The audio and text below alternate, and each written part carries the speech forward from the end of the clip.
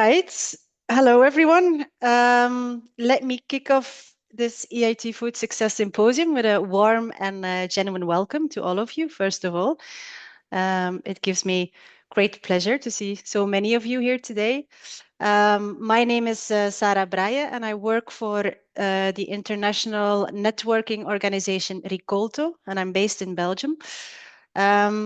For many years now, Ricolto has been joining forces with different stakeholders around the globe, including in Europe, to actually tackle the burning issues related to our global food system and to accelerate food system change towards more sustainability.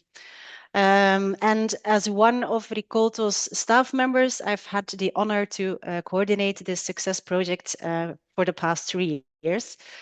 So over the next 2 hours, we would like to take this opportunity to briefly take you through the broader story of the Success Project.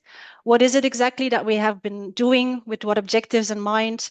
What results have we achieved? What are the main lessons learned? And what are the messages that we want to take for the future?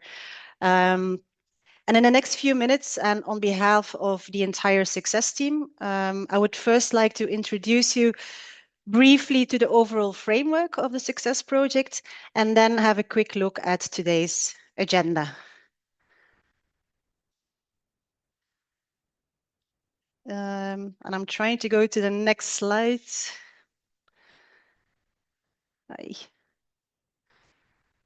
My apologies. Somebody is on the way to help me. Oh, yes, it works. Thank you. So first of all, the name Success, where does it come from? So apart from the obvious meaning, of course, the abbreviation also stands for supermarkets and consumers collaborate to make sustainable consumption easy. And the title already gives away our two main target groups, consumers on the one hand and supermarkets on the other hand, because we all know that to realize the shift towards a more sustainable food system, on the one hand, we need to change on consumer food behavior. We also know that although many European consumers are actually increasingly aware of the impact of their food choices on the food system and are willing to change their eating habits, this does not always lead to behavioral change. So, in fact, we believe that a focus on individual responsibility is not sufficient. And that is why this project, Success, has also focused on the leverage role of supermarkets in making the food system more sustainable. We know that more than 2/3 of customers or consumers in Europe buy their foods in the supermarket. And we also know that consumer choices are largely driven by the food environment. So the way supermarkets are organized, the kind of products they offer, the promotions that they do, and so on. So by using their expertise in marketing and redesigning their shop environment, they can really help consumers to buy and eat more sustainably. So that is why we have been focusing on those two main target groups. The project ran from 2022 to 2024. And during that time, we have been working towards the following main goal that you see here.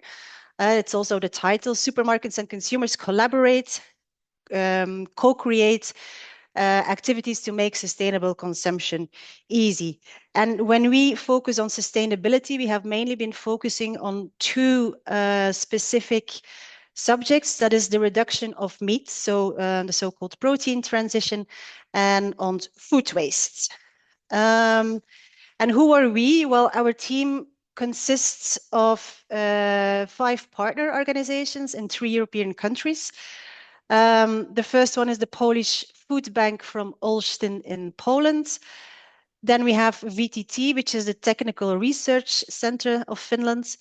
Then we have the European Foods Information Council, UFIC, the University of Ghent, and Ricolto. And the last 3 are all based in Belgium. In this project, we have been applying a mix of what we call 3 intertwined strategies. focusing on either consumers or either retailers or both together. And the first strategy was mainly targeting consumers, by which we wanted to create a positive mindset on sustainable foods and increase their knowledge about sustainable consumption, and also important on the role that supermarkets can play in that process. The second strategy was about engaging consumers and retailers alike to co-create and redesign the food environment. So what we wanted to do was to set up a dialogue between both stakeholder groups and work on the food environment. And then the third strategy was really targeting retailers. And in that strategy, we did different experiments with supermarkets and try to stimulate them to make the sustainable choice easier for consumers. So the idea is, when you and me as a consumer, we go to the supermarket, it should be easy for us to make a sustainable choice and not having to have a complete research while we are in the shop, because we don't have time nor the knowledge to do that. Then in the next part, so from 1:30 to 2:10, Dr. Anu Seistu from VTT Finland and Professor Hendrik Slabink from the University of Ghent, they will talk about the project's initiatives with and towards food retailers and the outcome of those initiatives. And next, Hannelore Teeskens from Ricolto and Michalina Jabukowska from the Polish Food Bank. They will present the work that we have been performing within the Success project towards consumers and also the outcomes of those initiatives. And then this will be followed by a panel discussion with different stakeholders on ways to collaborate and to align efforts. And for this panel, we have invited a number of very interesting people that will be presented to you later on during this symposium. But these include representatives from academia, food retailers, and civil society, and they will share with you their ideas and their perspectives on the project's outcomes and findings, and also pathways for the future. And then we end with some closing works.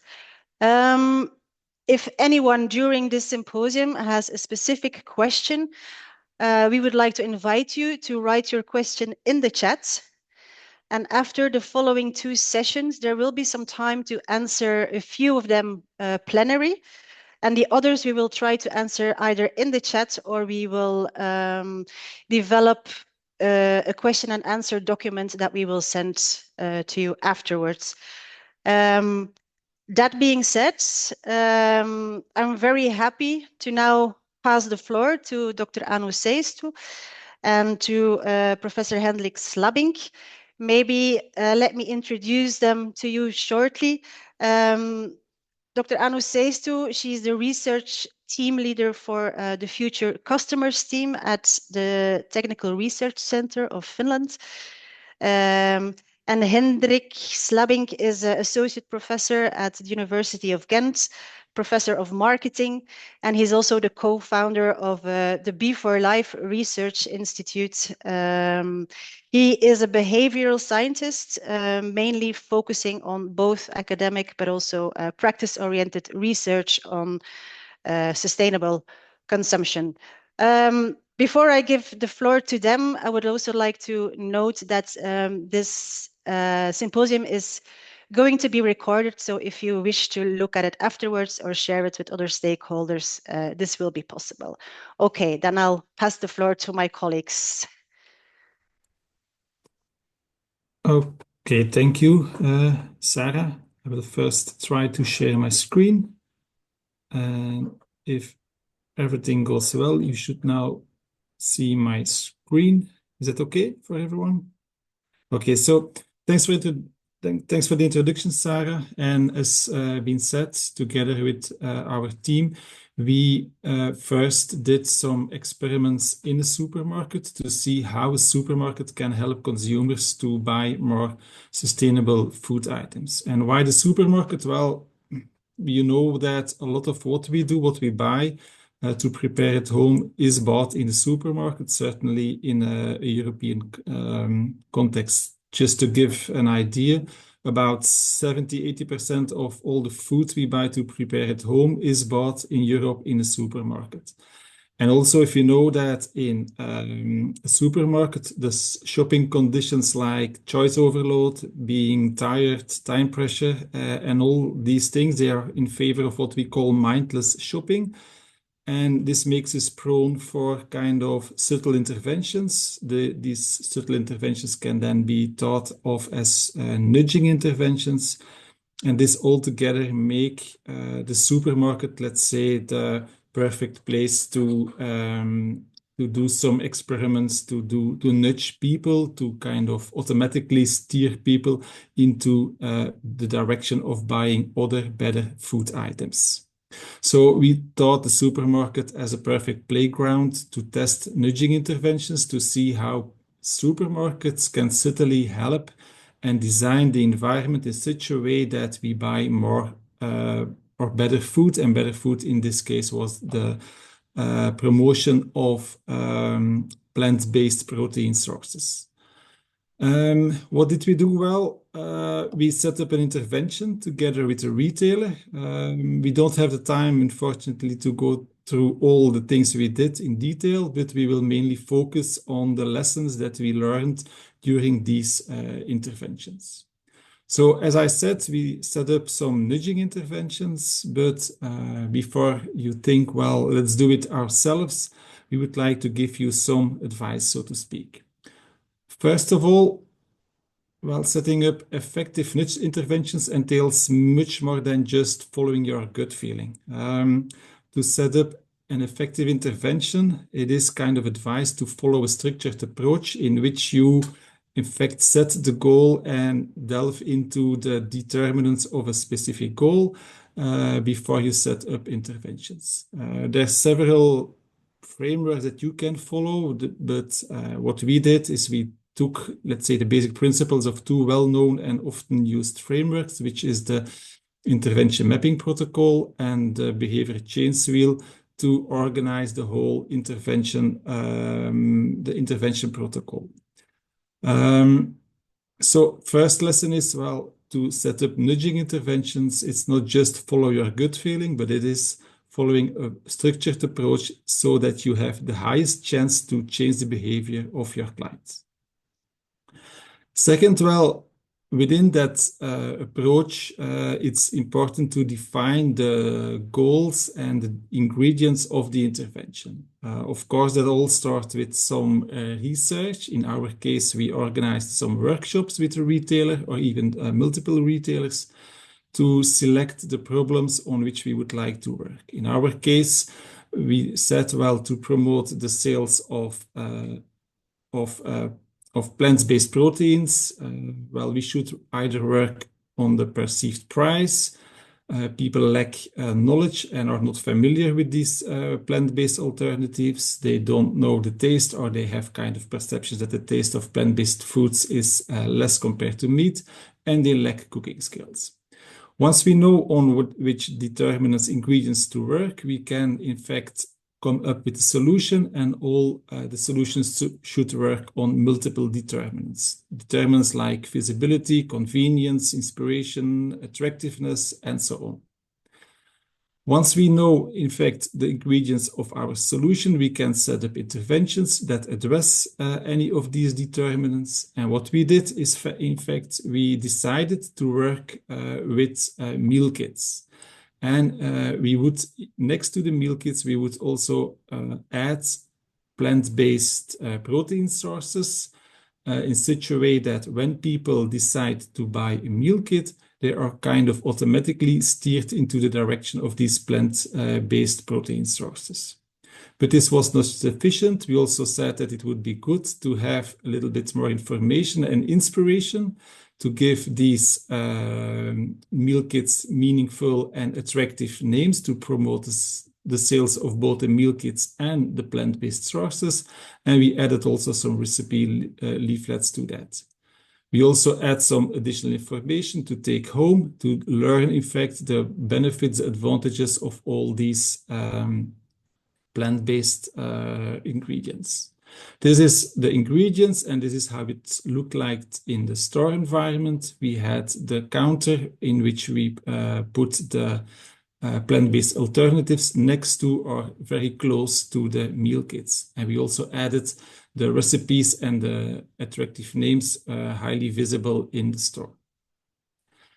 So this was the implementation process. And what is important here is that we didn't do it on ourselves. It's not a top-down approach, but we did that together with the retailer to see, in fact, what should work, let's say, from a more theoretical perspective with what can work, so more from a managerial and also kind of feasibility perspective that comes from the retailer. So the co-creative, the combination of, well, what should work and what can work is the way forward to build effective interventions. Then on the implementation, it's also important to know and to come up with a design so that you can also know the effectiveness of the interventions. The best way to do that is not to only install interventions in a store, but also to have control stores. A control store is kind of a similar store to the store in which you implement the intervention, but in fact, you don't do anything in that. In the control store, everything is business as usual, and the only thing that is different in an intervention store is the intervention itself. If you then also combine, if you monitor, for example, what happens in the store, for example, in sales before the intervention, during the intervention, and after the intervention, you have all ingredients to know and to conclude, to draw some causal conclusions on the effects of interventions. So our advice here is to keep control, to carefully select some intervention stores, but also some control stores, so you can also make some good and reliable conclusions on the effects of the intervention. And then perhaps the most important question is, can nudges change and affect our shopping behavior? And yes, they can. Have a look to the blue bars. This is the evolution of the sales in the intervention store. So we see when implementing our interventions that the sales of the plant-based products increased, and to a greater extent to the evolution of the sales in the control stores. The control stores are the yellow bars. So basically, can nudges change shopping behavior? Yes, they can, definitely. We also see in this chart, in this graph, that the sales of the plant-based kept on increasing after the intervention. So this hints towards a long-term behavioral change among our consumers. But this graphs see that, well, it's also important to look further, not only to the main effects, but also to the specific effects. In this charts, we see, for example, that the sales of not all meal kits increased, but only of a few of them. Here we see that the intervention was effective for the green curry meal kit and the lasagna meal kit, but not so for the burrito meal kit. We also saw some regional differences. For example, we saw that the effect of the intervention was extremely positive in Flanders, while it even was kind of negative in Wallonia and also the small markets in Flanders. So a specific supermarket segment in which the intervention was much more successful. So basically the lesson here is that a targeted approach is required. So the effect might depend on the place, the product, and the person. And then lastly, these results might make you more enthusiastic to start a nudging intervention too, but it's also important to know that it's important to consider the whole organization, because a nudging intervention might have a larger impact on the whole organization than you may think upfront. For example, to test a nudging intervention, the long-term goals might be more important, like sustainable growth, compared to the short-term goals, turnover. So the whole organizations should be aware of that and should be ready to take this, for example, short-term consequences on sales and so on. It's also important to inspire and to get the whole organization enthusiastic about your nudging project because, and that is what we learned from follow-up interviews, from post-hoc interviews, it might be that the being non-enthusiastic might also explain some negative results. For example, in this slide, we saw that the intervention was not as successful in Wallonia. You may think of regional differences because you may think that it's because the consumers are different in Wallonia. That might be the case, but we also found in the post-hoc interviews that for any reason, the shop managers in the Wallonian supermarkets were a little less or were not so enthusiastic about the intervention. And also the fact that they were not so enthusiastically might have caused some inferences with the follow-up of the interventions, also partially explaining the negative results in these regions.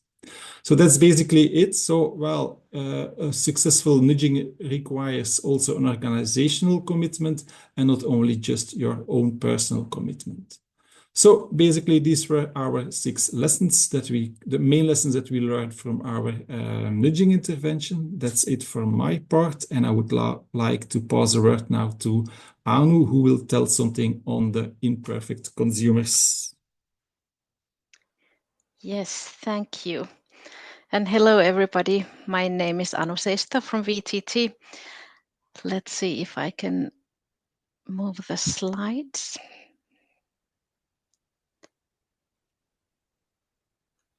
You should be able to do now, Anu. Doesn't work quite yet. No. Now it moved. Okay, it just took a while. So from the Finnish side, we also carried out an intervention, but we started the work slightly differently from what Henrik just presented. It's very slow changing the slides there. What we did first was that we wanted to know a bit more of who are the imperfect consumers. So we started with a segmentation study, and not just to understand the current behavior of Finnish consumers, but to look into the possibilities of changing the behavior. So that's why we wanted to look into the capability and the opportunity and the motivation of the consumers to change the current habits. And we found 4 segments, and one of them was such where the knowledge behavior gap was very large, so that these people knew exactly what sustainable food consumption means, but weren't able to behave accordingly. And this group was about 1/4 of the Finnish population. Then we also wanted to know a bit more where these people are. So we took the segmentation into the different regions in Finland, and the pie chart here next or in the Finnish map shows that in different regions people have different behaviors. So that in the western and southern part, it's easier for people to eat sustainably than in the northern and eastern parts, or that people have more meat eating habits in these regions. And out of these regions, we chose supermarket up north here. It's marked with a small black flag, and that's where we carried out the intervention. We only carried it out in 1 supermarket here in Finland. But before that, we also carried out a qualitative study to understand more of the reasoning. Why is it so difficult, or what would make it easier for people to change their behavior? Now I'm again waiting for the slide to change. There. And we found that there were 3 profiles within this imperfect consumer segment. So there was one profile for whom health issues were the motivational part. They didn't really identify themselves as environmentally conscious people. They wanted, that was something that came as a side for being eating healthy. And then there was a group of people for whom the environmental issues were the main thing, and that was something that stressing the environmental part would support them in changing their behavior. And then there were people who were more family centered, and for them it was not just thinking about their own eating behavior, but also how they ate as a family. So based on this information, we could gather more stuff that helped us in designing the intervention. And we actually concentrated more on the environmental part than the healthiness topic in our intervention. What happened then was that we designed the intervention in a fairly similar manner as University of Ghent. We didn't have the meal kits, but we had these information leaflets with recipes. And then in the actual supermarket, we had a section where ingredients for the recipes were presented in one single area, so that it would make it easier for people to both notice that there's something different here, and then to collect all the items that are needed. And now I can't get the slide changed again there. And the first lesson that we received was also that nudging works. There's a peak that can be found in the actual intervention store during the intervention, and then there's a line defining showing the results from the control store. The actual intervention took just 1 month, and based on this figure, it took a while before people actually did something, so that the first 2 weeks were fairly quiet, and then after that there's a clear peak that's when people started acting also. Then a second lesson is that we could actually reach the target group that we wanted, but also others. So I mentioned in the first slide that we found 4 segments. One of them was such that for whom the sustainable behavior was very simple already in the beginning, and that's the bar that is on the rightmost side of this figure. Then I've marked the imperfect consumer segment with a blue line, and then 2 others are where people have different difficulties in behaving sustainably, or they're not quite as interested in sustainability. So we can see that the ones who paid the most attention to the intervention were from the target group, but also from the group that already had this environmental behavior, and something that was easy and simple for them already from the beginning. But then when we look at who got inspired, then we seem to have received the inspirational part, especially from the target group. So 80% of people from this group said that they were inspired by the intervention.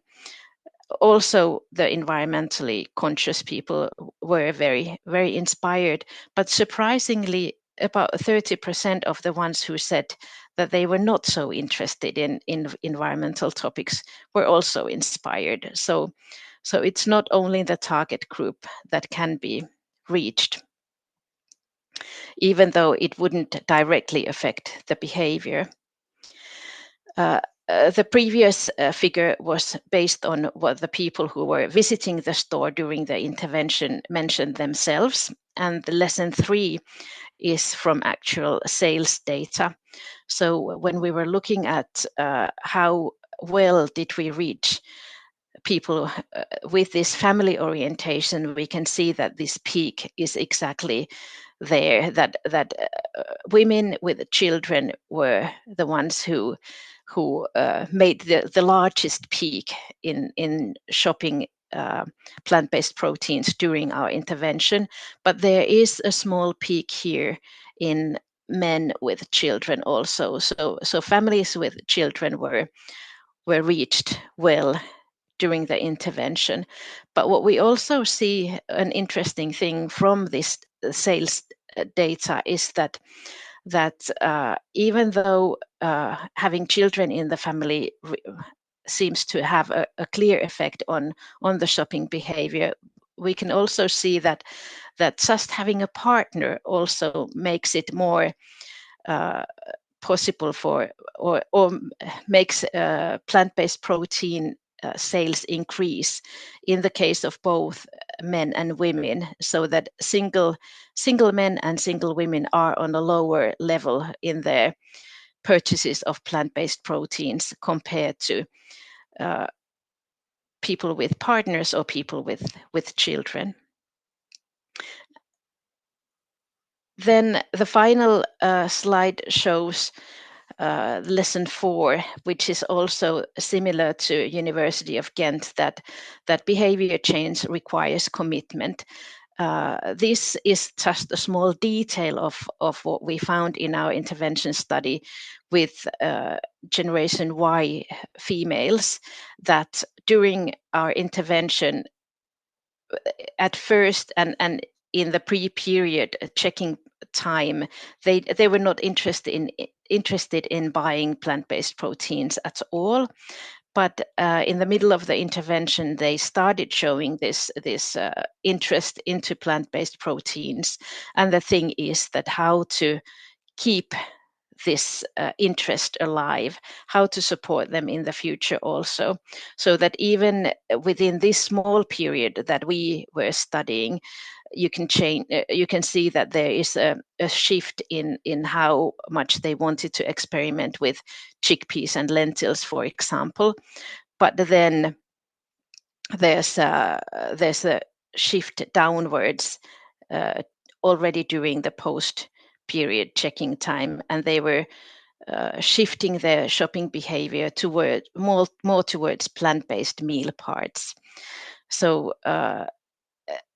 there is a clear interest, but there is more of a continuous support that is needed to keep this interest alive. And these type of images, we did check other smaller groups as well. This is just one detail that I'm presenting here, and in some segments the changes are a bit more drastic than in this one. Here the interest remains fairly constant also after the intervention. This was all that I had prepared for this. I already noticed that there were some questions, but I'm assuming that we'll come back to the questions later, or should I answer them now? Anno, we still have 7 minutes left, so Okay. you and Hendrik can both answer questions. There are some questions in the chat. Do you want me to read them out loud? Yes, please. Maybe I'll start with a question for you. So one question is, there was a peak after 1 month. Do you have an idea what actually happened at that very moment? What could have been the trigger? We're not sure.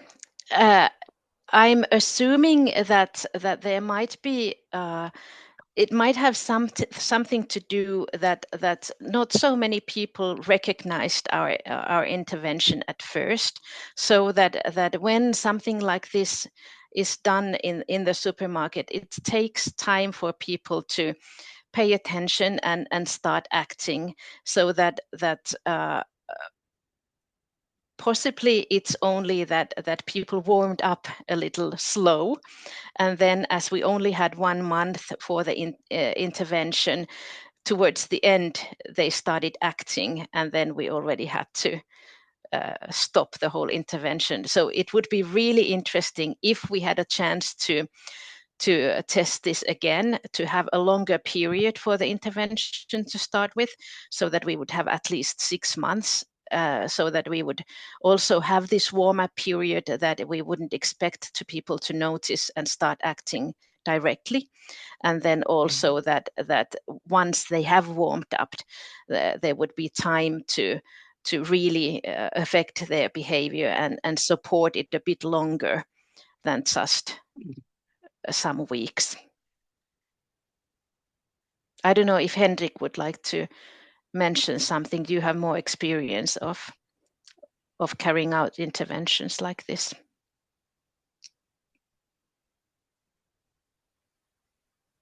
Well, it's kind of a mixed evidence that we find is that for well, some interventions you already find long-term effects quite easily. Also, in the experiment that we did, we saw that also after the intervention, people kept on buying these plant-based products. So it depends on the placement, on the consumer that you are targeting. For some, it works faster than others, and that needs follow-up research. Research that is, well, perhaps not that easily done in a supermarket environment. And for that, to get a deeper insight, it's sometimes advisable to take the effects out of the supermarket and then, for example, try to replicate the findings in a laboratory, a consumer laboratory, in which you can then deeply study what's happening, the underlying motives, and so on. Yes. An interesting point from our intervention also is that we were up in the northern part of Finland, where meat eating is it's much more of a habit than in the southern Finland. It's the area where we have reindeers and people own reindeers, so there's a strong habit of meat eating there. So it was interesting to carry out the intervention there, and that may also, I'm not sure, but that may also have an effect on how fast you can affect the behavior of people, how interested they are in testing new recipes. Perhaps also interesting, I have a question now in the chat that also is aligned to that. It's on kind of the definitions, boosting versus nudging. And in fact, for me, it's not which works best, boosting, nudging. In my, and not only my opinion, these two techniques or kind of group of techniques perfectly fit together. Boosting is on working on the personality, nudging is more on the environment.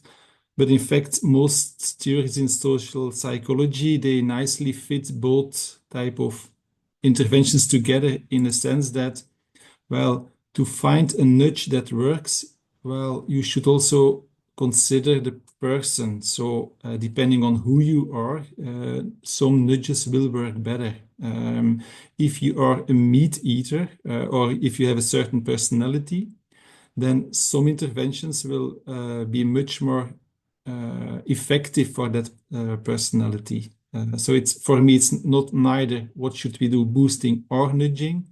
It is on both. So you have to study the target consumer to understand him or her, the motivations of that typical consumer segment you would like to target.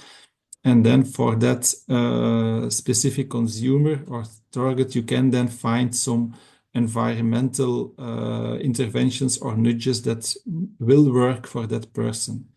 And if I refer to the very first lesson, it's on, well, nudging is not just following gut feeling, it's not just doing things in the environment, it's connecting the environment with your consumer. And that will, these are in fact the ingredients that you need to change behavior. Okay, thank you so much, Anu and Henrik. I'm quickly taking over the moderation part since Sarah's Zoom unfortunately crashed, but we are more than well prepared for that. There are a few more questions in the Q&A function since we're not able to address them all and we need to move on to the next part of the webinar. But maybe Anu and Henrik, you can join and have a look at the Q&A session, and you should be able to answer the questions directly by typing an answer there. Okay. Thank you so much to both of you. And we would then move forward to the next part of this webinar, which would be focusing more on the consumer aspect. And the next presentation is titled Empowering Consumers Towards Sustainable Food Systems. And for this, we have two speakers. One's Michalina Jakubowska from the food bank in Olsztyn.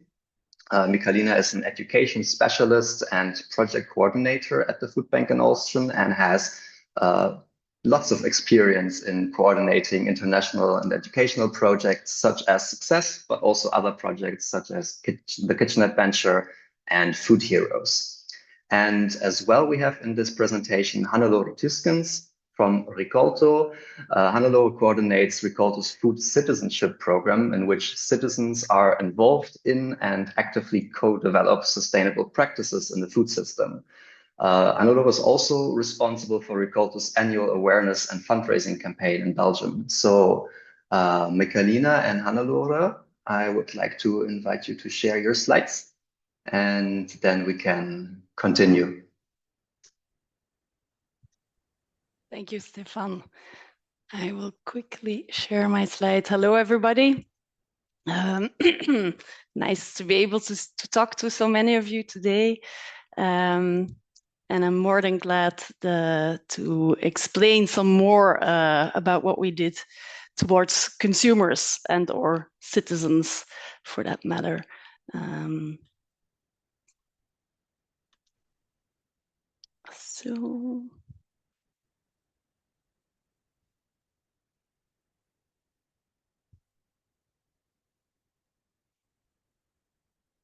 So normally now you see my slides.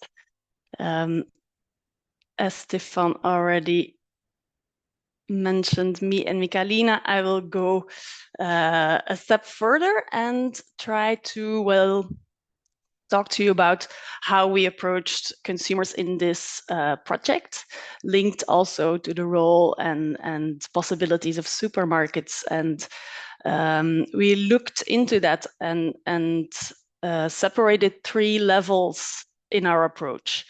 On one hand, we think we developed some activities to make citizens or consumers aware of some basic insights that we think are very important in the whole approach of success, which is on the one hand the attitude behavior gap, what Sarah already mentioned in the beginning as one of the basic insights for this project, meaning that there are lots of people that have a very positive attitude towards eating more sustainably, but don't act like it when they enter the supermarket. And then Hendrik already explained to you why this gap exists, especially when looking at a supermarket environment. And the second thing we wanted to make people aware of is the central role of supermarkets. And mainly because we think that it's important for citizens to know the role of different actors in the food system. And the actor of a supermarket comes closest to the lived experience of consumers, so they can have an image of the importance of this role when we take them with us in a narrative about that. The second and the third levels look then more into what active role can citizens play besides, as a consumer, buy more sustainable products in a supermarket, for example. But as a citizen, they can make their voices be heard, but they need the opportunities to formulate these voices. And this is what we tried in our activities. And the next step would then be to actively involve citizens together, connect them with retailers and supermarkets, and create these opportunities for them to collaborate and really co-create solutions or work on solutions together. I will focus now on the activities that we in Belgium as Ricolto developed, and it's mainly 2 activities that I want to point out to you. The one is an awareness engagement workshop, which we actually talked about in between each other as the nudging workshop. I will explain later, and citizen expert panels. I will explain, of course, what these were just in my second slides. The objectives were to, as I said, to shift the focus from consumer perspective to a citizen's perspective. Consumer perspective, if I divide those 2 perspectives, I mean, consumer perspective is the focus on my responsibility and what my choices should be or can be, and how I can make these choices. And a citizen's perspective is more looking into how do I expect society to look like, and what do I expect from all actors in society, and in this case, what do I expect from retailers, and how do I express these expectations, and what channels do I have to do that? And in this way, we wanted to create opportunities for people to engage as a citizen also in the food system. First, I will very briefly tell you what these awareness engagement or nudging workshops were all about. In these workshops, we really focused on making the concept of the attitude behavior gap and the awareness and raise awareness on the possibilities of nudging and marketing techniques in a supermarket, and reach to a wider group of people with this knowledge. So we made a quiz, made it very interactive, made a blueprint for this this workshop with lots of fun materials.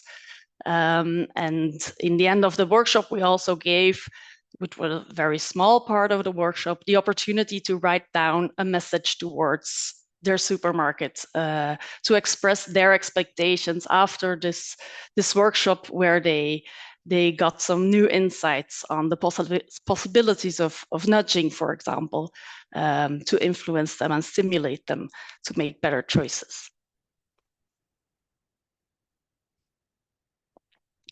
Which is important. How did we go to consumers with this workshop? Well, we developed it in collaboration with the University of Ghent to make sure that it's evidence-based. And we also collaborated in Belgium with 2 civil society organizations who have a very large and wide member group, with local member groups that organize for themselves smaller groups of volunteers, actually, that organize fun activities or interesting activities. These are, I can mention them, it's Ferm in Belgium and Gezinsbond.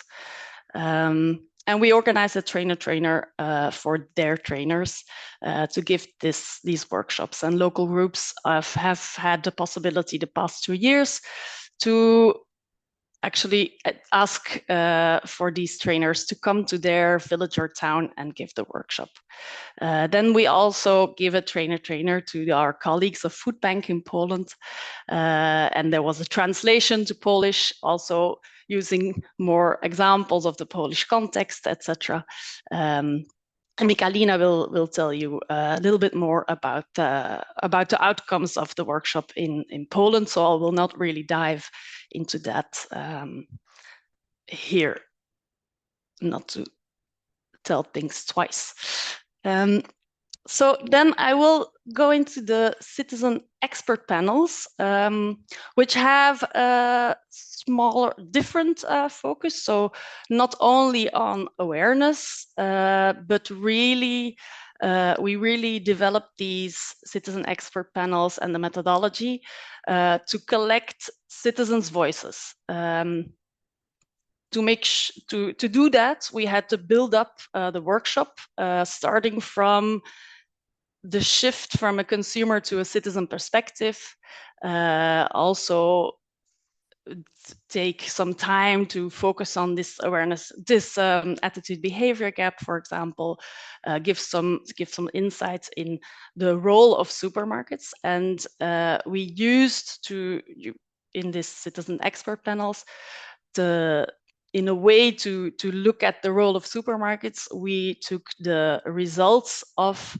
a superlist environment in Belgium, which I will briefly immediately say what that is, because it's a specific concept. So superlist environment is a research, a benchmark research. It's developed by a think tank, Dutch think tank, question mark. And it really focuses on what supermarkets are doing at this moment to stimulate sustainable choices. So the research is developed in a way that there is a wide range of aspects they look at. So it's about policy, what's in the policy, it's about assortment, it's about promotion and shop environment. Or to give an example, it's not because you have a lot of plant-based products in your assortment that people will buy them if you don't promote them also, or if you don't have a shop environment that makes it easy for people to choose these products, or if you don't have a policy with targets that you measure. Superlist environment is focused on 3 topics: protein transition, food waste, and sustainable agriculture. So this was outside of the success project that this research was done. But with these results, we had very tangible examples to step towards citizens and really ask them to reflect as a citizen on these results and reflect further on what it meant for their expectations towards supermarkets and for what they would expect supermarkets to do with these results and what they would not like them to do, maybe, which was a possibility. I will immediately go into some examples of the messages, which give a good idea of the kind of messages, the kind of what actually this citizen's perspective, what makes it different from a consumer perspective. So I will read them out loud. You can read them also, but as a consumer, I want more transparency about the origin without having to do lots of research. I also don't want a jungle of labels. And most of all, I don't want to contribute to deforestation, human rights violations, and other by mistake.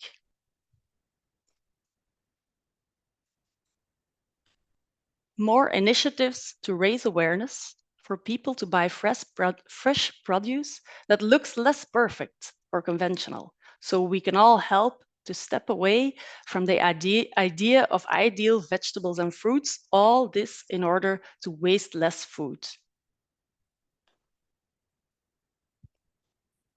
I look forward to the day that plant-based alternatives don't have to be the alternative anymore, but are promoted as a full and evenly basic choice as the other. And then the last one, which is a very good one. Let consumers reflect on your policy. What you see, or what we see, these are just 4 examples. Of course, we had more than 100 messages that we had from the 5 citizen expert panels that we organized. So these are just giving an idea of the direction in which it went. And which is important in all of these is that the messages towards supermarkets after these workshops had a general focus on make it standard, make it normal to choose sustainable products. And it was, what I put here is they are demanding a change that goes beyond or regardless of their actual consumer behavior. So it's actually not about, I want you to put more organic produce in your assortment. But it's so that supermarkets could react to this as a message that, well, when we look at sales, we have to say something different. All these messages are actually regardless of the sales numbers. It's about expectations to make changes on a longer term. I see I have to go a little bit quicker. I think my colleague just signed to me. Yes, this is my last slide. So the 4 major learnings from all these activities that I want to put forward here is, well, one of the challenges is how to reach with these kinds of activities a wider range of these imperfect consumers, because it is still an activity people have to come to. And there we see that this collaboration with wider civil society organizations, not really with a focus on the topic of sustainability, is very important. And then you can go beyond your normal follower group. The second one is actually that shifting to a citizen's perspective is quite difficult. We see that it takes a lot of time, and you can't just go over it very quickly, because a consumer perspective, like, this is what I want to buy. And I think when people learn more about sustainability, they will definitely buy more consistently with their attitudes. So this consumer perspective is quite persistent and dominant, and it takes some time to make this shift. And the third one is The third one is how these messages bypass this catch-22 between retail initiatives and consumer behavior. It's what I just talked about when I was pointing out the vibe of the messages, if I can say that. So it's not between consumers that say, I want to buy this, and retailers that can respond with, well, you're not buying it, so I don't believe you. The messages go beyond that. And then as a last one, and very promising, we felt that supermarkets really showed interest in these citizens' perspectives, and also showed interest in really going a step further and engaging in co-creation settings. It will have to be confirmed what that will lead to. It will be very interesting sessions, I have no doubt. But if it will lead to more change and action, we will have to see. So now I can give the floor to Michalina, and I will give her the remote control over the slides. Michalina, I think. Hope it works. Take off. Yes, I will quickly. Yeah. Yay, it works. Thank you, Hannelore. Hello, everyone. So as you know, I'm Michalina Jakubowska, and I'm the project coordinator and education specialist at an NGO, Polish NGO called the Food Bank in Olsztyn. So today I'm really excited to share our journey from the initiatives that we as the Food Bank undertook. Oh my goodness, doesn't seem to be working. Is it moving? Yes, it's moving. Great. Okay. So the initiatives that we undertook within the Success project, namely sustainable shop and cook workshops and the awareness engagement workshops. We had 15 workshops over the period of 2022 to 2024, and with over 240 participants. So the main objectives of the workshops were promoting sustainable and healthy consumption while addressing critical issues such as food waste and protein shift. However, the workshops were designed to also empower consumers to make better choices regarding sustainable shopping, meal planning, food preparation. And in addition, they were not only about teaching skills, they were in some way about inspiring the transformation. So what we did during the workshops, we taught the participants sustainable shopping habits, effective meal planning to, for instance, minimize food waste. We also encouraged a shift towards plant-based diets with a strong emphasis on legumes as versatile and affordable protein sources. In addition, each session included practical hands-on shopping and cooking activities, fostering community and zero-waste cooking, and also a celebration of sustainable meal preparation.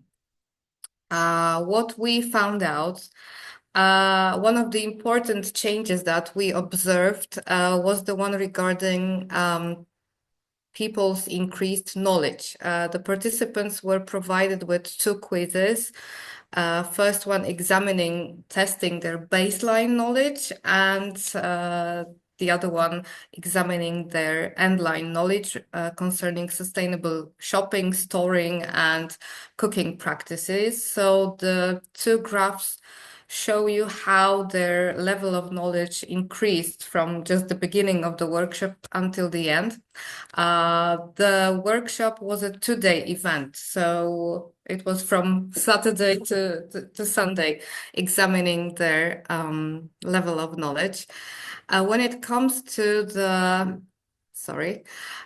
long-term results that we have observed, so the key findings are that the participants embraced sustainable habits and food waste reduction became a priority. We provided the participants with a long-term survey and asked them 2 questions: what specific changes they have introduced to include more plant-based products in their diets, and what food waste reduction practices they use at home. And below you can see the most frequently given answers.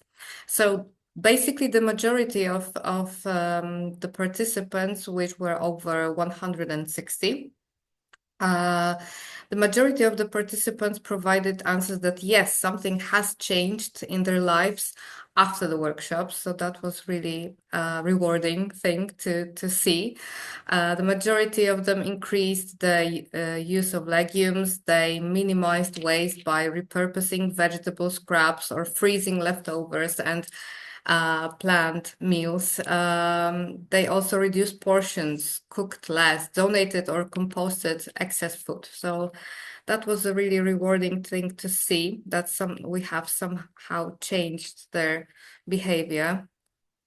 We have also observed community and industry impact in the long-term survey that we provided the participants with.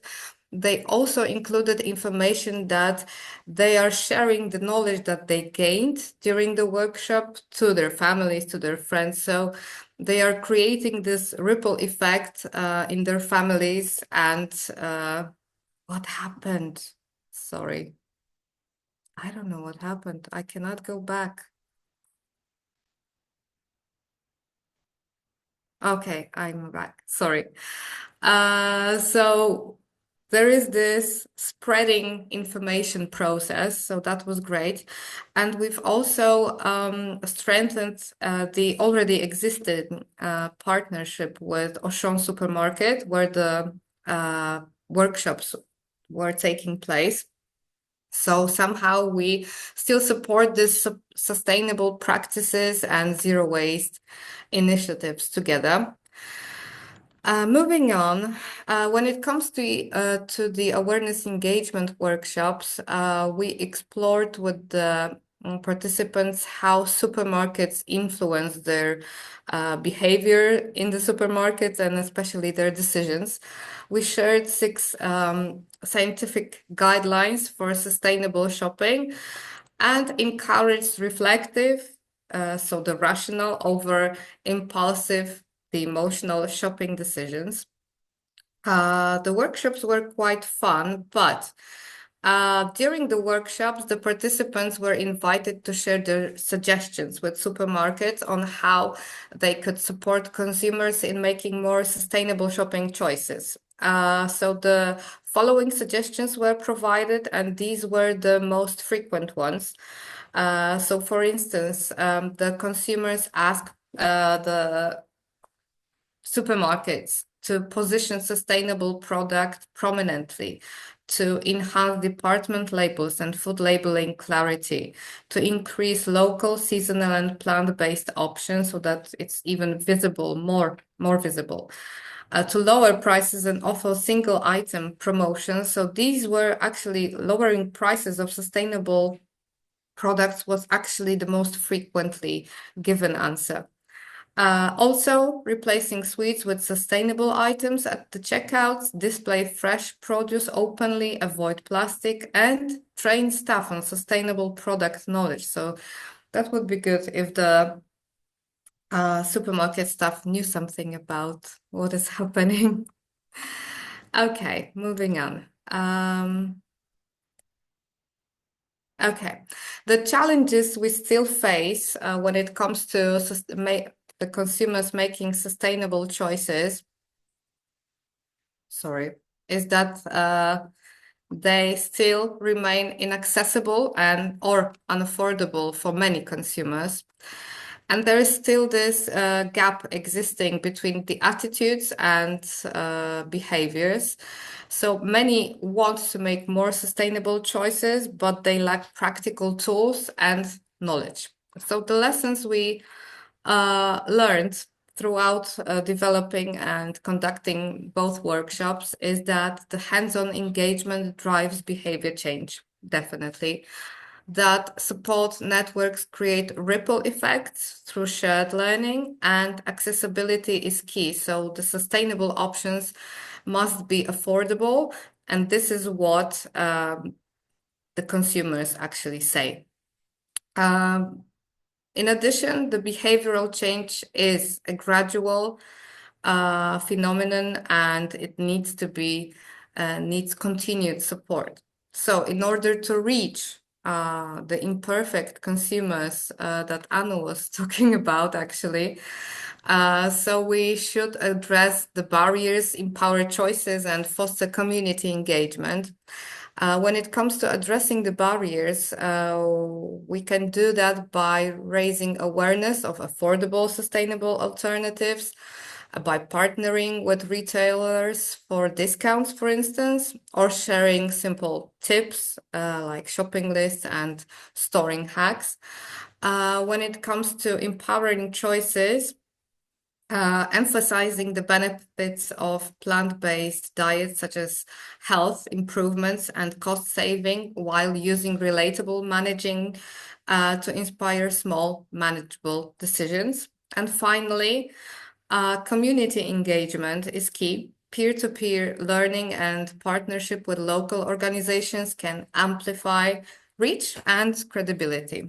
So I could say that the success projects showed us that small, consistent action can lead to significant change. And by continuing to collaborate and adapt, we can build a sustainable future where sustainable consumption can become mainstream. So that was me. Thank you. Thank you very much, Michalina. We have actually 1 minute left only for questions and answers. So I would like to suggest to Michalina and Hannelore to answer the questions in the Q&A. There are 2 questions, one for Michalina and one for Hannelore. So they will definitely be answered this way. And then as time is limited, I would suggest to move on to the panel discussion. So I give the floor to Stefan. Yeah, thank you very much, Sarah. And thank you very much to all the speakers before for being so in time with our limits today. My name is Stefan Kamsdorf. I work at EUFIC, the European Food Information Council, and I will moderate this wonderful panel discussion now. And I think it was already great to hear about the different interventions performed in different contexts, to hear how we can really empower consumers. And now I would like to discuss these findings and also other experiences with the people in our panel.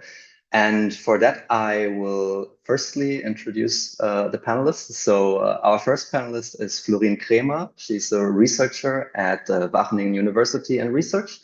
And Florine specializes in sustainable food systems and the protein transition and bringing experience from both consultancy and academia.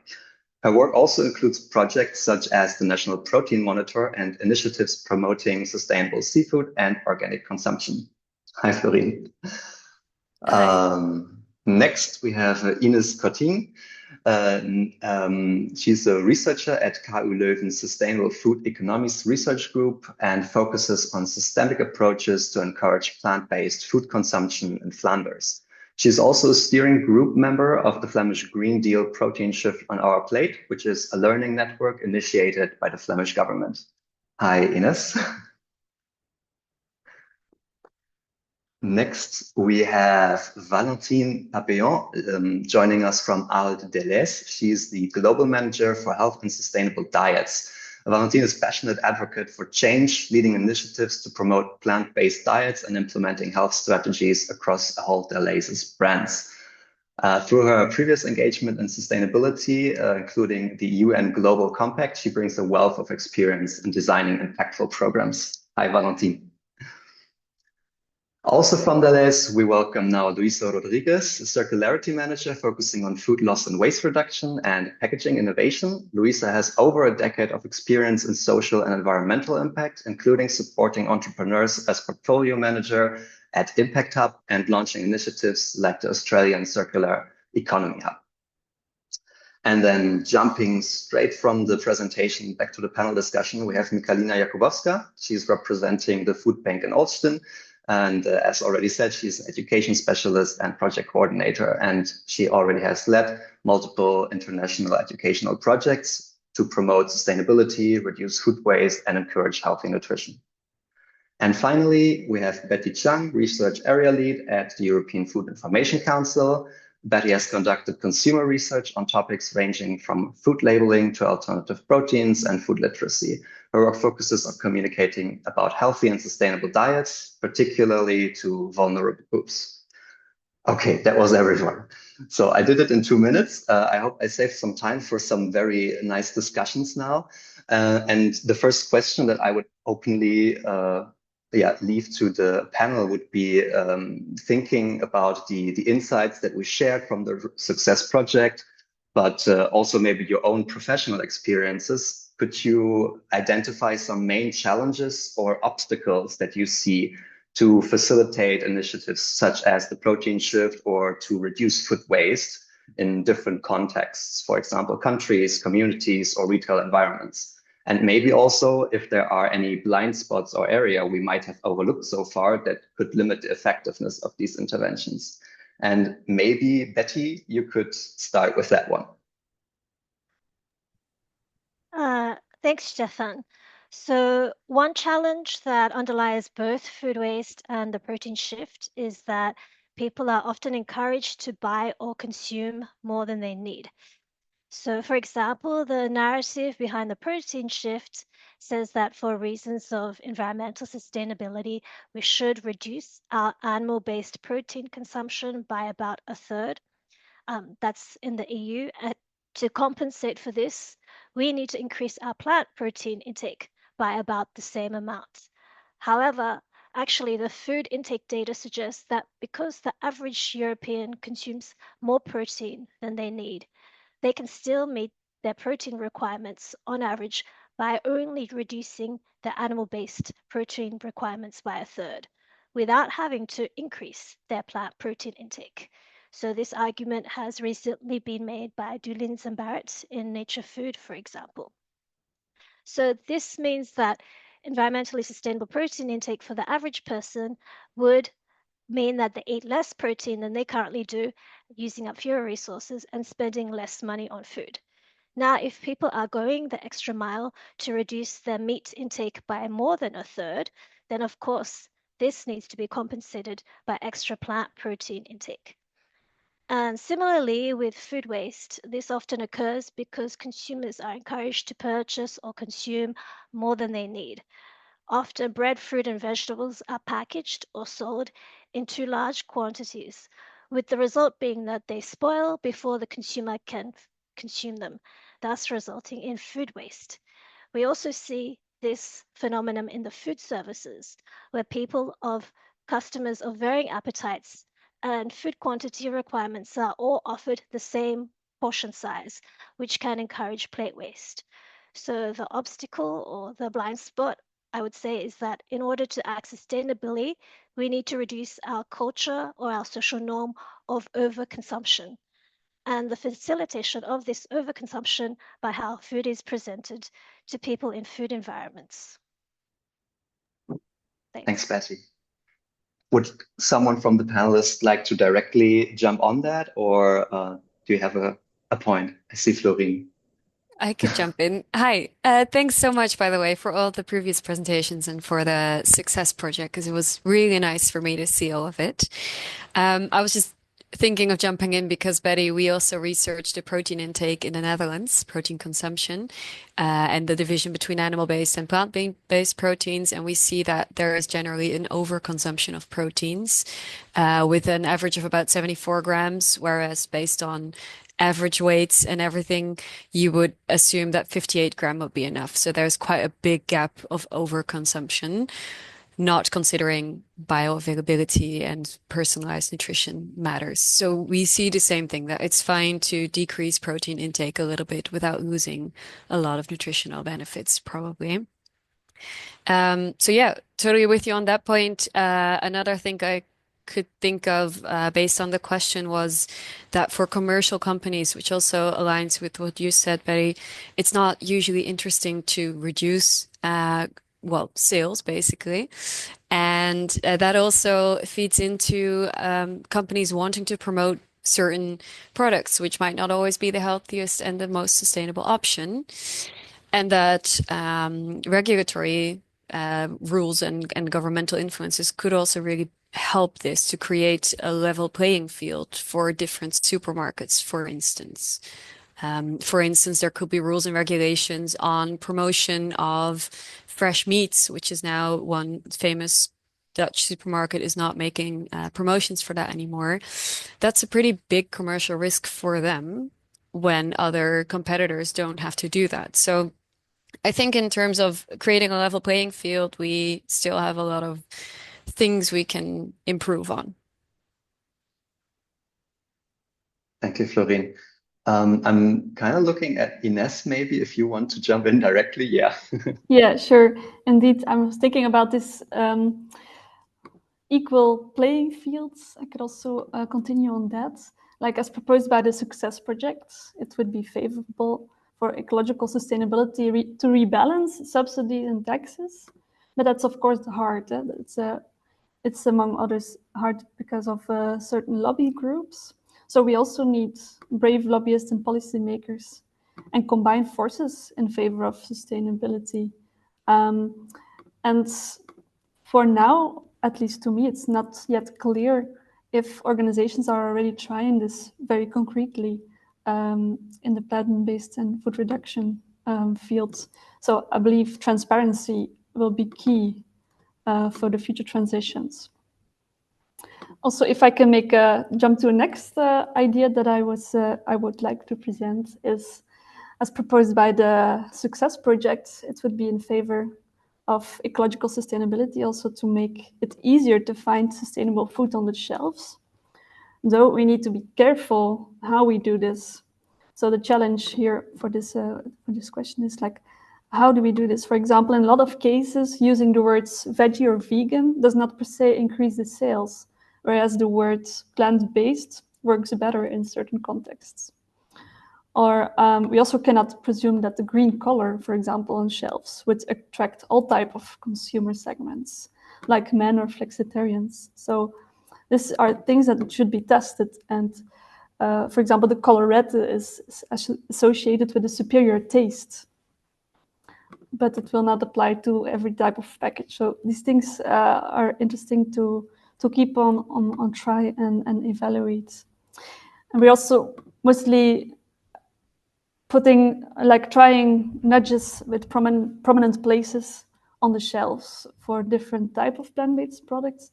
So not only trying one-on-one substitutes of meat, like more ultra-processed products, but also try to promote these pulses or tofu, or put the umami flavorings next to vegetables and fruits, so that they can try on and experiment with creating nicely tasting products, plant-based mostly. What I did not find in the Success project yet, or at least in the summary that we received, is that retailers could also try to promote more hybrid meat. That's also about how we reduce meat consumption. So having products with partially animal-based proteins combined with plant-based proteins. And this can be an interesting way of meeting the sustainability criteria. So yeah, I think all these type of interventions could be evaluated and shared with others. Thank you so much, Ines. I'm kind of curious to hear now Valentine's perspective maybe on that, especially because this concept of hybrid meat products was also new to me. It's a very interesting thought. But yeah, Valentine, maybe you can share also your experience in general from a retailer's perspective on this topic.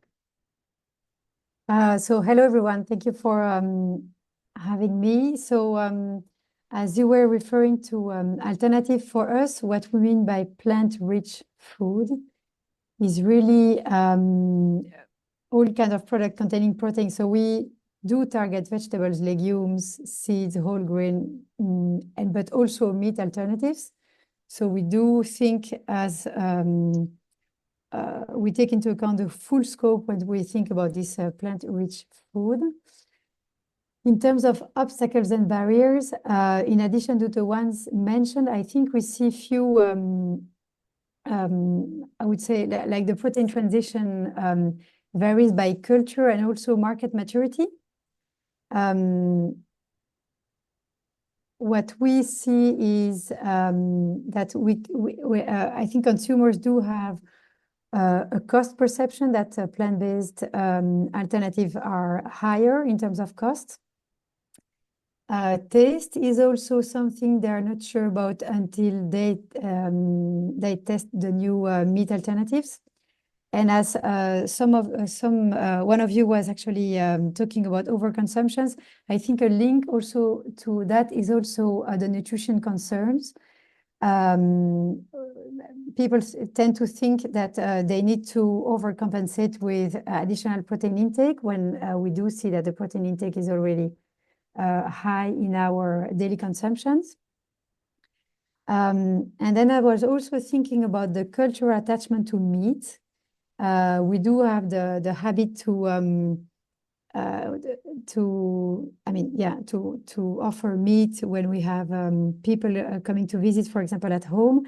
And this is something that is a hard one to tackle.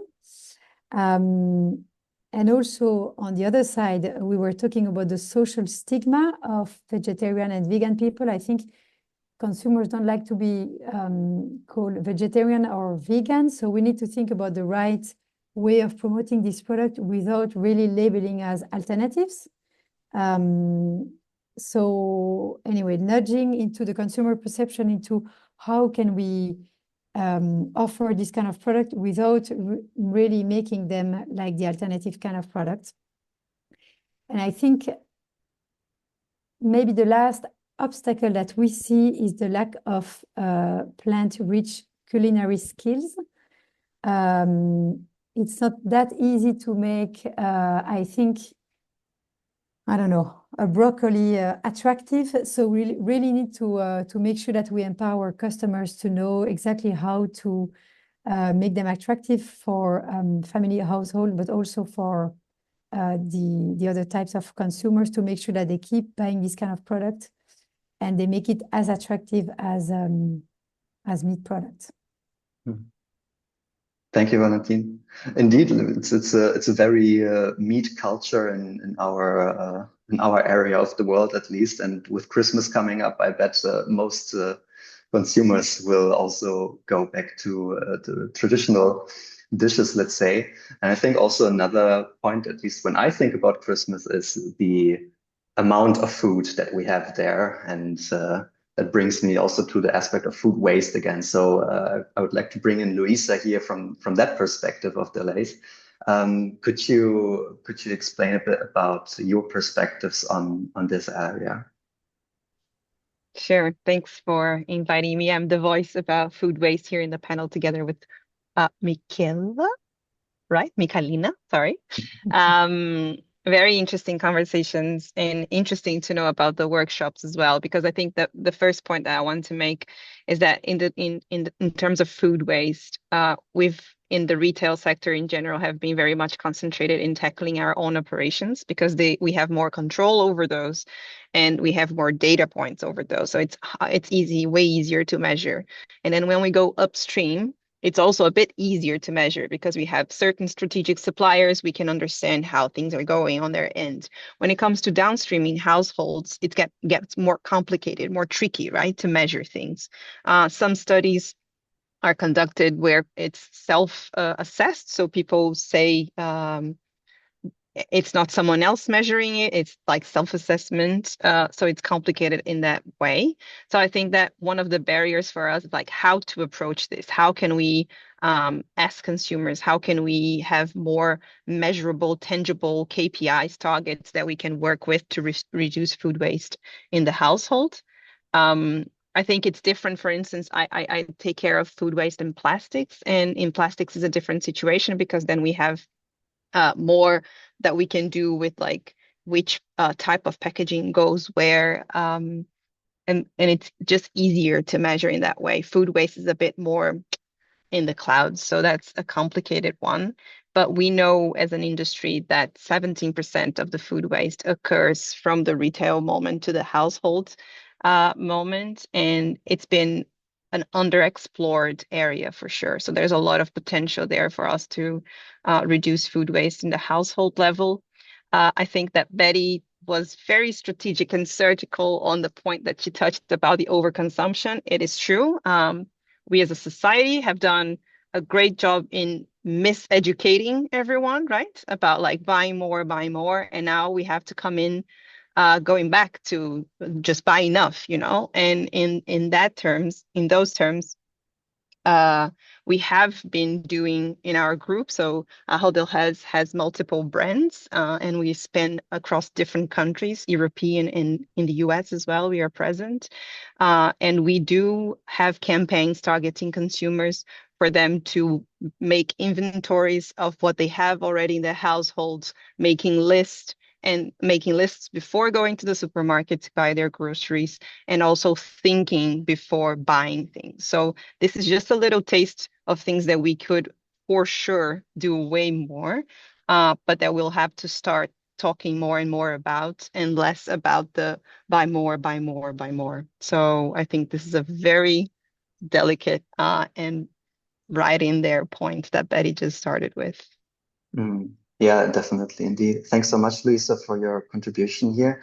And as we already touched base on the consumers, Michalina, maybe you can also give in your perspective here as a representative from a consumer organization's perspective.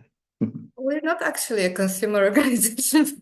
Sorry. But I wanted to touch upon the topic of food waste, but because Luisa actually she touched upon a really important issue of education. And this is what we have been doing a lot over the years. We put a lot of emphasis on educational activities and workshops on fighting food waste, but we put a lot of focus on actually doing it for the younger ones, because these will be the future consumers, especially. So we have a lot of workshops being done at schools in this matter. So as we are an NGO that our initial goal was actually fighting food waste, and this is what we have been doing for over 20 years. The educational part just came a few years ago. So we've been doing the collection events of food, and we have been distributing the food to the most vulnerable ones. However, within the topic of the challenges that consumers face, the most observed by us, to be honest, would be the barrier of affordability and accessibility. As we work a lot with vulnerable groups, so the plant-based or sustainable options, according to those groups, still become too expensive or even unavailable for them in a lot of communities. So the adoption of such products is limited. And being a Polish woman, it's very much embedded in our tradition, the consumption of meat. So the cultural preferences play a critical role in here. So the deeply ingrained traditions make it really difficult for people to shift towards a plant-based diet. And also, I guess this is what Florine said. I hope, I don't remember who, but I noted it down, that people lack culinary skills a lot in terms of cooking plant-based dishes. So these are the obstacles that consumers face from our perspective. Mm-hmm. Yeah, very interesting. Thanks so much, Michalina. You brought the point of educating consumers, especially young consumers. And I'm also looking in general now at like how the lessons that the Success Project, but also our other professional experiences can be scaled up, and how we can adapt them to drive a bigger impact in the end. Maybe the next question I would like to put out for the panel here would be, what specific actions or collaborations do you see that could further enhance the value of these learnings for different stakeholders, such as retailers, policymakers, and consumers? And maybe Ines could start on that one. Yes, thank you. Scaling up, yeah, so important. One of the suggestions brought up today is to offer tools to inform people about environmental impact of food. And this is, for example, done in Belgium in the Colruyt Group by the EcoScore and the app made by Smart with Food. And this is a great example. But at the same time, it's pity that there's an exclusivity over the EcoScore. So it's, according to my latest knowledge, other retailers are not allowed to use it. So scale up is then harder. So I would like to start a conversation to make a shared tool, or to make arrangements that it could be scaled up, just as an example, to inform people. Yeah, and scale up can be done through different actors. Today it's mostly focused about retailers, but of course there's a lot of actors having a role in these two transitions, like wholesalers and cities and media companies and healthcare professionals. So the learnings from the retailers and other research could be applied to, for example, food box companies, because they also show the norm about how meals should look like. So how much meat should be in there, or how big the portions are. And these food box companies can also increase cooking skills. So show the norm about the ecological sustainability. Maybe I can also add on the experience of the Flemish Green Deal protein shift on our plate. So as you mentioned, it's like a learning community for accelerating the plant-based food consumption. And there are about 85 organizations signed the agreement to make an effort to accelerate this in Flanders. So this is a great opportunity, and similar projects could be started to exchange and, of course, to scale up initiatives.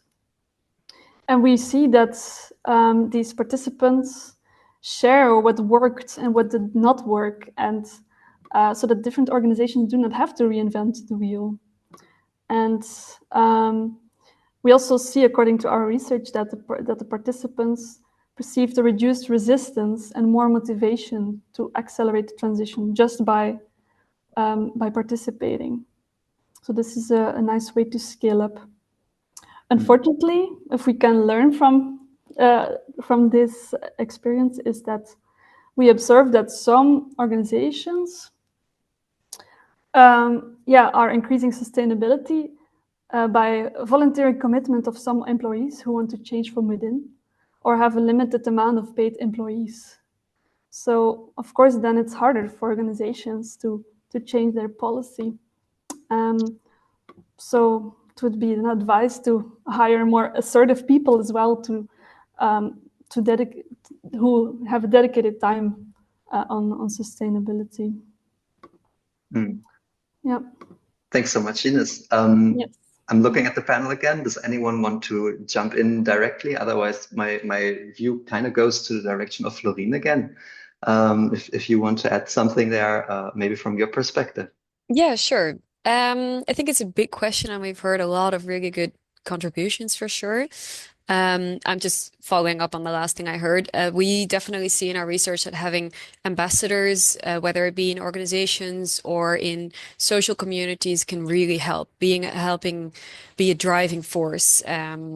It can help moving organizations forward, but it can also help changing the norm of the social environment. If we see, for instance, people we look up to behaving in a certain way, it can really help us doing the same thing. So it can drive organizations, and it can help set the norm and the default, I think, in a better way. Again, I agree with your point, Ines, on accountability and transparency of monitoring people's goals and progress. I think that's really important. And the last thing I wanted to add is that I think shared responsibility throughout the food system is key. Not one person is responsible. If we all start pointing fingers, we're not getting anywhere. And one of the regions we look at too is public procurement, where we look at, governmental food contracts. So that can be for canteens, it can be for schools, it can be for, we even look at the prison system, for instance.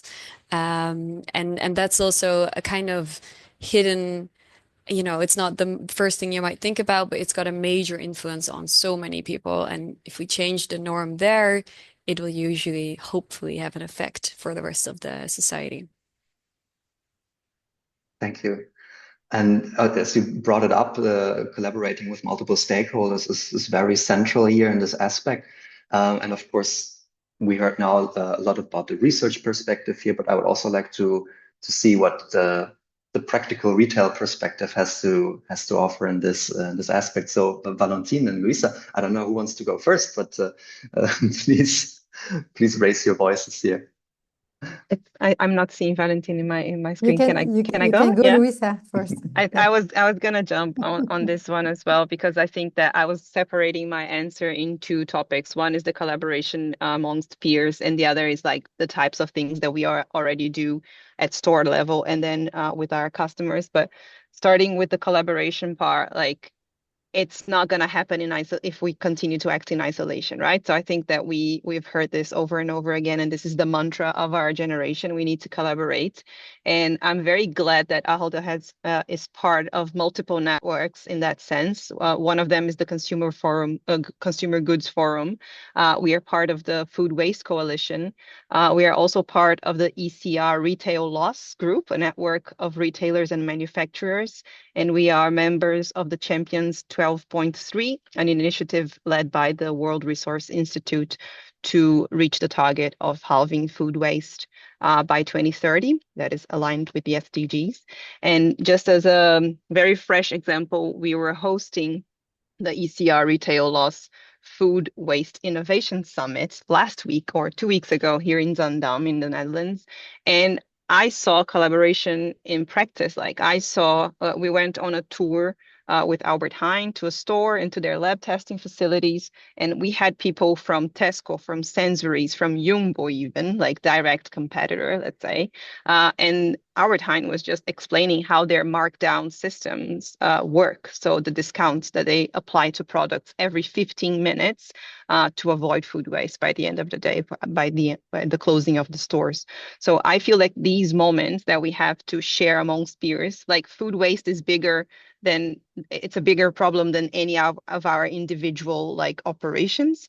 So when I see that we can sit down together and openly discuss our challenges and how to overcome them and how we need to act in unison to get there, I find that to be pretty extraordinary compared to what we had some years ago, let's say. And I think that the second part then, just because I have the mic on, it's about the examples that so in terms of scaling up, right? So there at store level, there's everything that we can do with labeling and signaling, right? So all of the discounts, the markdowns, the stickers at Albert Heijn comes with the discount, and then with the sentence that like eat now or this will go to waste. We have win-win stickers in Delhaize, Belgium. We have the don't waste me bag at Albert Heijn as well. So it's a reusable bag with some fruits and veggies that don't look as great as the others. So for €1, you can purchase that by the end of the day. We also have Albert Heijn in the date labeling coalition with the new look, smell, and taste. And I think that the Success project also covered that one. So the dairy product, the milk and the yogurt and buttermilk products now come with this.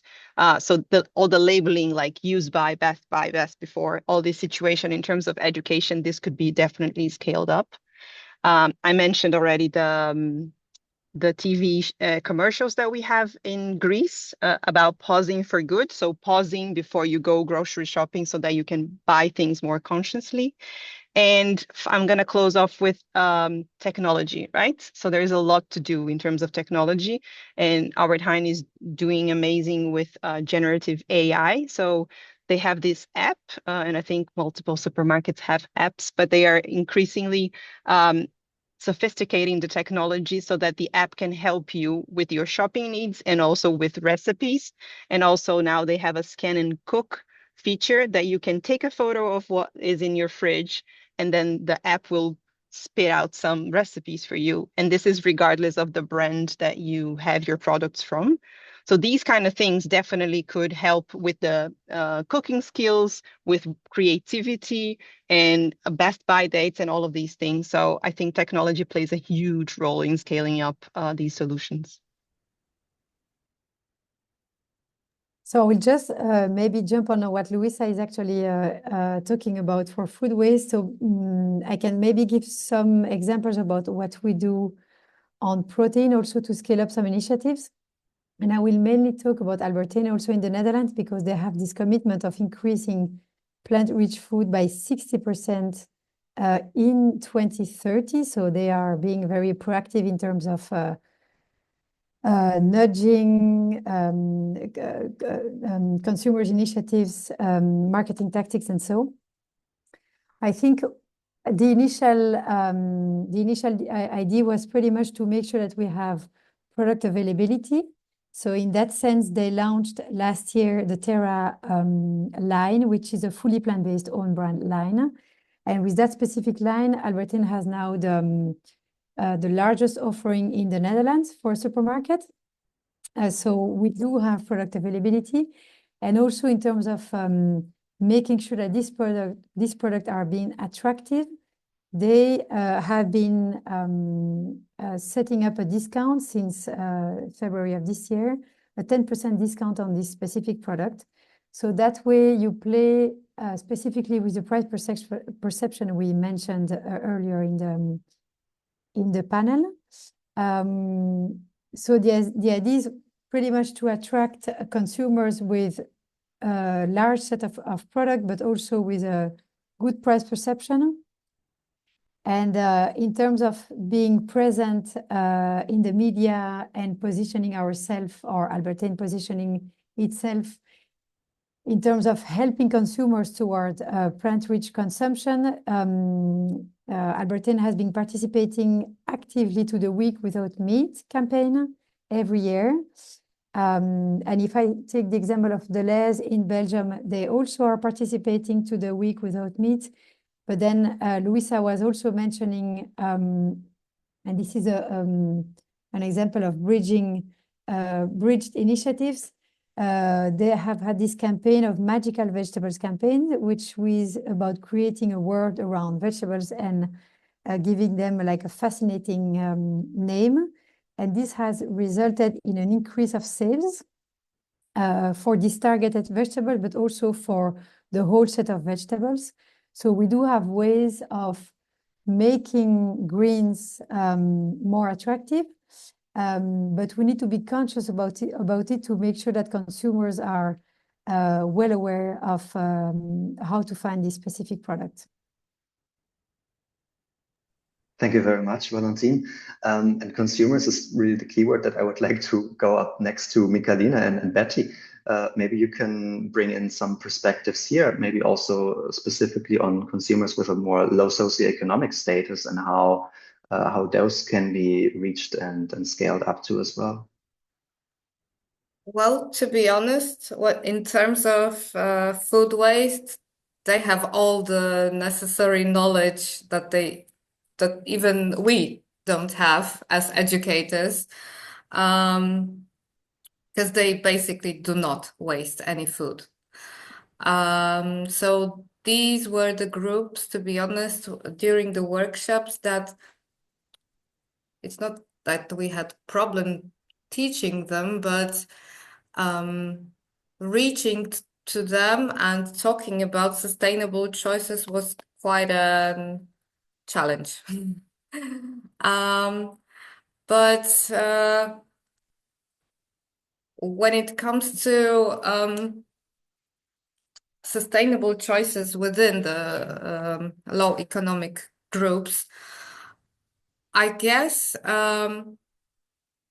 they already implement some of the things that we actually teach them, especially because majority of them have their own plots, gardens, vegetable gardens. So they do have sustainable veggies and fruit. So they do not go to those large supermarkets choosing, I don't know, maybe somehow genetically modified food.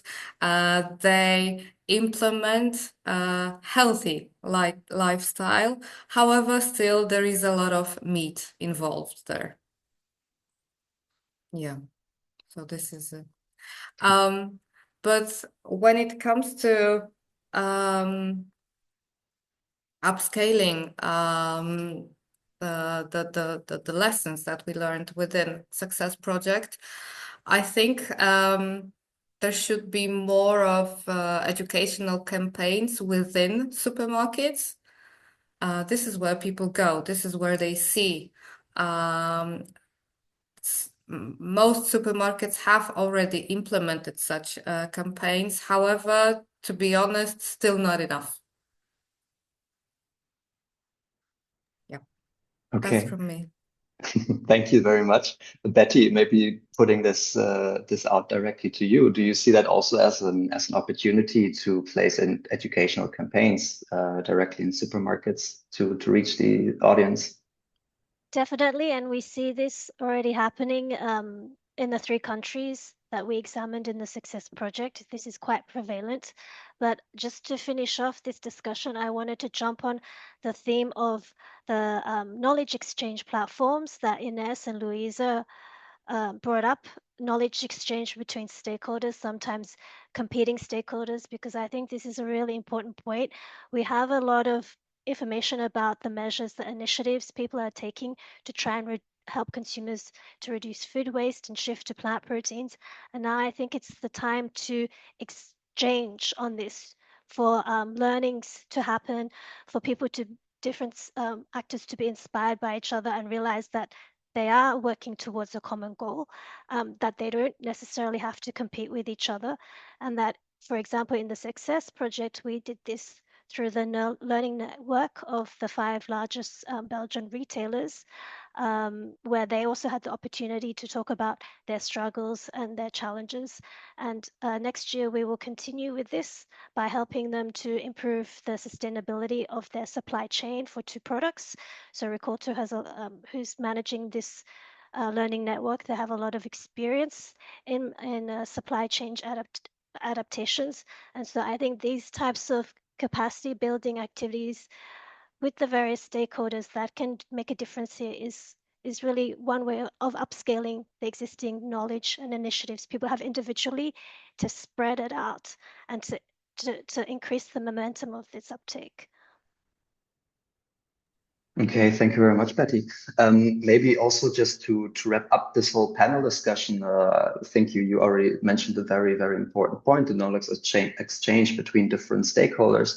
And also because time is running short now, we could maybe very briefly summarize each panelist in 1, 2, 3 words, bullet points, or 1 sentence even. What you see as the necessary steps in the very near future on how we can align different stakeholders together, be it like these exchange networks or other initiatives where stakeholders can come together and really speak and act also with one voice. Maybe starting now with Valentine and Luisa, what would be your aspect from this? Just for plant-rich food, I think education. We need consumers and overall the society to be informed about the benefits of eating plant-rich food. So education should be also helping normalizing the consumption of this food. Luisa?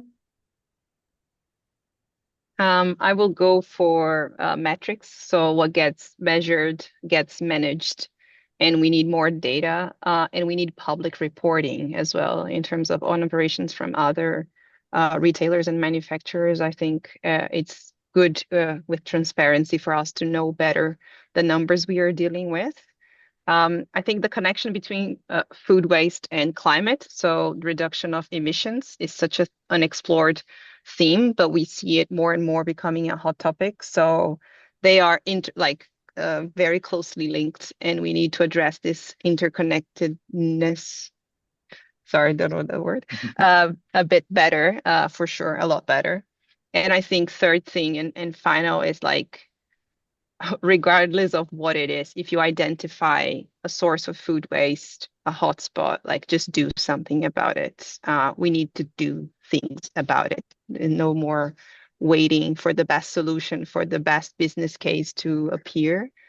You just identify it and you tackle it. Very important. Ines, may I hand over to you? Yes, long-term alignments will be key, and we cannot forget to build and maintain trust, create a clear common ground, and take into account power imbalances, because this is really key for long-term alignments. Yeah, that's excellent. Florine? Yeah, explore different roads, take your responsibility, indeed monitor the progress. And I think for people working in this field, also important to try to look outside of your own bubble, outside of the people preaching the choir. You know, it's important to, change the whole food environment. And lastly, Betty and Michalina. So I think what's required is to have these ongoing multi-stakeholder discussions with actors who can do something and who will be affected by the protein shift and food waste reduction. So I'm looking towards, for example, the Flemish Green Deal's protein shift on a plate as an example. Like, how did they get different stakeholders on board? How do they address the different concerns people might have? Maybe you need impact assessments, maybe you need to have certain measures or regulation in place to support any transition that may be required. So knowing what the implications of this change are, what can be done, and how we can get everyone on board politically and have the motivation to do so, I think that's important. So I totally agree with the multi-stakeholder approach. Basically, we should put a lot of emphasis on the education, but also policymakers play a vital role in clear sustainability targets. For instance, such as mandatory food reduction policies.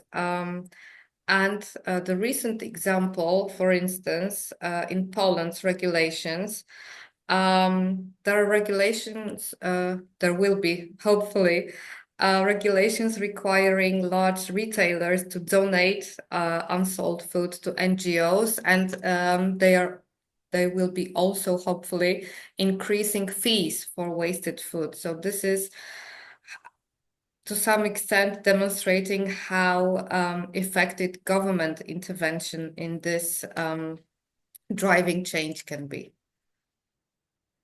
Perfect. Thank you so much for all your contributions. I think also it gives a nice answer to the question that we put out in the overall title of this event today. How can we achieve success together? And basically the ingredients that you just mentioned here are education with a big exclamation point here, knowledge exchange that was mentioned multiple times, together with the right metrics and data to evaluate the things, and also to include all the stakeholders necessary, especially from a policy perspective, and to explore the things together, garnished, let's say, with the right amount of trust. I think this is a very successful recipe. And with that being said, I would like to close the panel discussion as well. I hand over now to Sarah. Thanks again to all the panelists. It was a pleasure to have you here and to have this exchange with you. Thank you very much for attending. And now, Sarah, please, with some final words for today.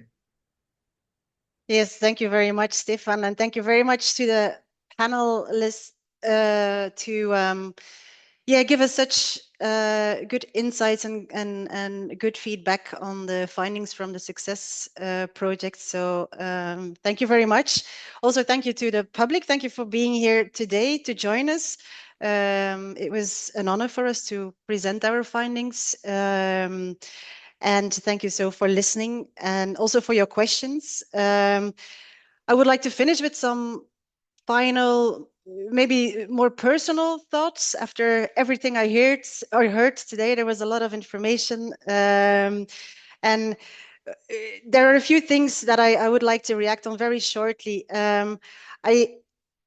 There was often said that well, culture is a big issue when you want to change eating and consumer habits. Well, as an anthropologist, that is my educational background, I've always learned that culture is not something static. It's evolving all the time, and it does not happen overnight, but it does change. So I think we should look upon it as something that gives opportunities and not only as a barrier. Education will be needed for that, for sure. We still need to keep on educating consumers, but not only consumers. I think we need to educate all of the different stakeholders within the system, because we do need everyone. We've heard it many, many times. It is a multi-stakeholder effort, and we need to align and collaborate. Because if we want to actually move away from these incremental initiatives that happen ad hoc and that are limited. We really need systemic change, and for that we need everyone. So yeah, I think we need to move away from this idea that is inherent to our economic system and the way we think of looking for short-term benefits, but move towards the long-term benefits for all, and that also includes the vulnerable groups in the world. So I would like to finish this off with just a very simple question, being that I don't know what the future holds, but I do know that we are the ones holding the future. So it takes courage, but I wish a lot of courage to everyone, and also the message to act now, not to postpone any action. Here in the last slides, I share some of the contact information. So if you want to reach us, one of the 5 organizations, and I forgot, no, yes, I forgot one. I'm sorry. I will change the slides afterwards. Also, there's a link to our success websites. There are many. There are many materials available already on the website, and many are more are to come. We have different tools that can be used. There's also a link to good practices from retail that are already existing. So have and take a look and contact us if you have more questions. So thank you all, and I wish you all a very pleasant afternoon and evening. Thank you for joining.